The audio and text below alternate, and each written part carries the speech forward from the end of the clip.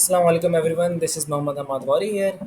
अच्छा भाई, आज की वीडियो जो है वो मोस्ट प्रोबेबली इस चैनल की पहली वीडियो होने वाली है। और इसमें जो है मैंने एक इंटरव्यू दिया था एआई और आईटी का। उसमें एक प्रोजेक्ट बनाया था एनर्जी मैनेजमेंट सिस्टम का। उस हवाले से सारी की सारी डिस्कशन है।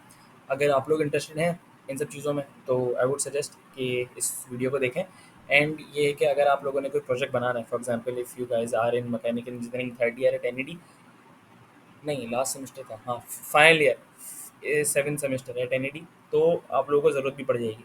और अगर आपने सच में बनाना ही है तो इस वीडियो को आई वुड सजेस्ट कि एंड तक देखें, क्योंकि इसके एंड में जो है आप सबके लिए एक सरप्राइज़ है, स्पेसिफिकली उन लोगों के लिए जिन लोगों को एक प्रोजेक्ट बनाना है। ठीक है, so with that said, see you at the end of the video. अस्सलाम वालेकुम।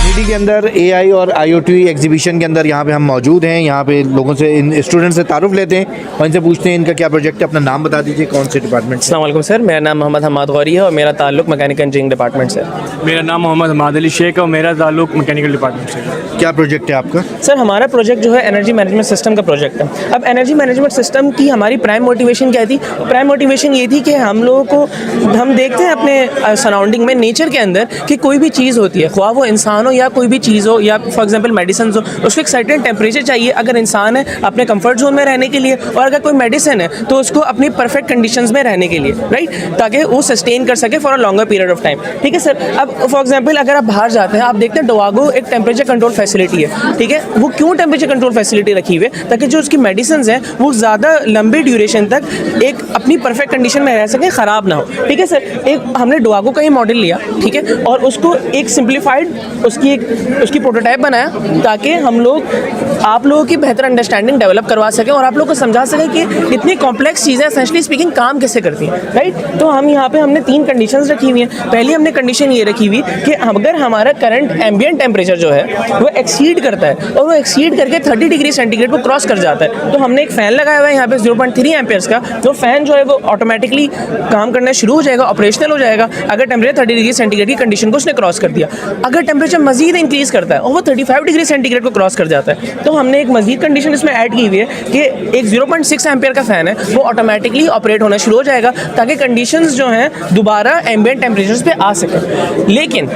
लेकिन अगर टेम्परेचर एक्सीड नहीं होता बल्कि डिक्रीज हो जाता है, फॉल कर जाता है, और वो फॉल करके कंफर्ट जोन से बिलो चले आता है या फिर जो ऑप्टिमम टेम्परेचर रेंज से बिलो चले जाता है, तब आप क्या करेंगे? उसके लिए भी हमने एक कंडीशन इंश्योर की है सर। उसके लिए हमने एक यहाँ पे 100 वॉट का बल्ब लगाया जो कि एक हीटर के तरीके से ऐड कर रहा है। उस 100 वॉट के बल्ब में क्या है कि जैसे ही आपका उसकी कंडीशन में रखी है 6 डिग्री सेंटीग्रेड। अब जैसे ही आपका जो टेम्परेचर है वो 6 डिग्री सेंटीग्रेड से बिलो फॉल करता है तो वो हीटर ऑन हो जाएगा, और वो हीटर तब तक ऑन रहेगा जब तक कंडीशंस जो है दोबारा एम्बिएंट टेम्परेचर पे नहीं आ जाती। ठीक है, और जैसे ही वो एम्बिएंट टेम्परेचर को रीच करेगा वो ऑटोमेटिकली क्लोज हो जाएगा। तो बेसिकली ये एक मेडिकल से रिलेटेड या दीगर ऐसी जगह जहाँ पे आपको टेम्परेचर कंट्रोल करना होता है, वहाँ पे के लिए आप लोगों ने ये बनाया है। अब अगर इसमें मॉडिफिकेशन करनी हो, लिहाजा एक मेडिकल स्टोर है उसने तो बना लिया है, अब उसे मॉडिफिकेशन करनी हो तो कितना खर्चा आ सकता है, कितनी उसके अंदर सिविल वर्क या मैकेनिकल वर्क हो सकती है? सर ये तो डिपेंड करता है आपकी रिक्वायरमेंट किस तरह की है। मेडिकल स्टोर की आपके पास कितना स्टोरेज है, उस हिसाब से आपका सारा सेटअप होगा उसके हिसाब से। ये हमने सिर्फ एक मॉडल बनाया बेसिक अंडरस्टैंडिंग के लिए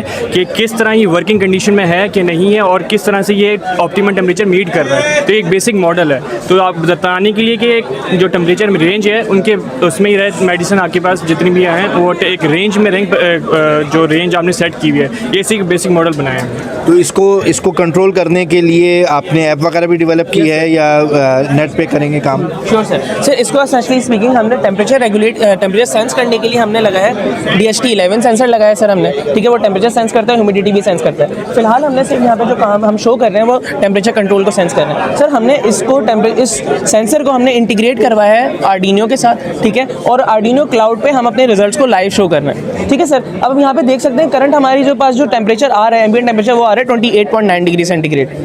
कंडीशंस भी आपके सामने 30 डिग्री सेंटीग्रेड की छोटे फैन की कंडीशन, 35 डिग्री सेंटीग्रेड की बड़े फैन की कंडीशन, और 6 डिग्री सेंटीग्रेड की बल्ब की कंडीशन, जो कि again like I said earlier on heater के तरीके से ऐड कर रहा है सर। देखिए हमने यहाँ पे इसकी जो लोअर लिमिट सेट की हुई है वो 30 डिग्री सेंटीग्रेड सेट की हुई है। अगर हम इसको फॉल करवाते हैं, ठीक है, अगर हम इसको फॉल करवा के इसको ले जाते हैं बिलो द एम्बिएंट कंडीशन, 26 कर दें, 25, हाँ लेट्स से 24 पे ले आते हैं, तो आप देख रहे हैं कि यहाँ पे बस फैन जो है ऑटोमेटिकली ऑन हो गया। ठीक है सही, सर। सही। अच्छा, इसी तरीके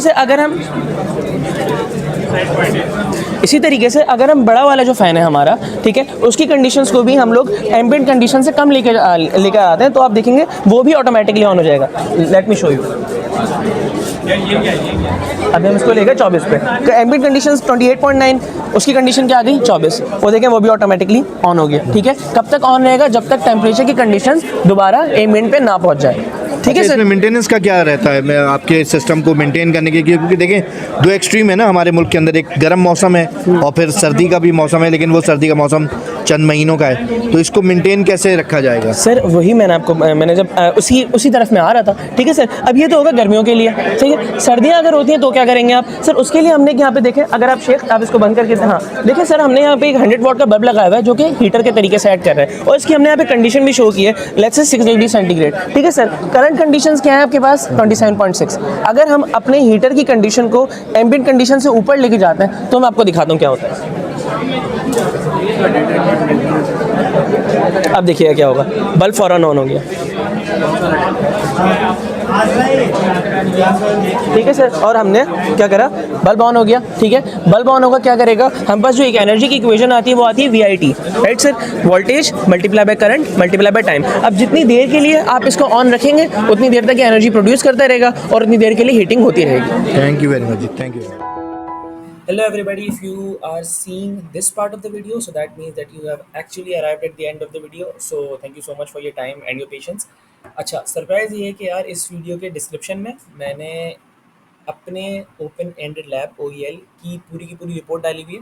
सो दैट मीन्स कि अगर आप लोगों ने बनाना है प्रोजेक्ट, ठीक है, तो उसमें हर एक चीज़ की डिटेल्स, हमने कौन सा पार्ट यूज़ किया था, वो पार्ट हमें कितने का पड़ा था, और वो जो रिपोर्ट का फॉर्मेट कैसा होना है, और रिपोर्ट में जो पार्ट आप डाल रहे हो उसकी डिस्क्रिप्शन कैसे डलेगी, क्या फॉर्मेटिंग होगी, each and everything, her cheese covered है। ठीक है, वो जाओ उसको देखो, उससे आइडिया लो, या फिर अगर वही चिपका देनी है अपने OEL में तो उसमें ज़रा नाम वाम चेंज करके चिपका दो। ठीक है, तो उसमें ये है कि आप लोगों की बड़ी हेल्प हो जाएगी। सो with that said, thank you so much for watching the video. अगर पसंद आई है तो लाइक ठोक दो, शेयर कर दो, सब्सक्राइब कर दो। That's pretty much it. See you in the next video. Assalamu alaikum.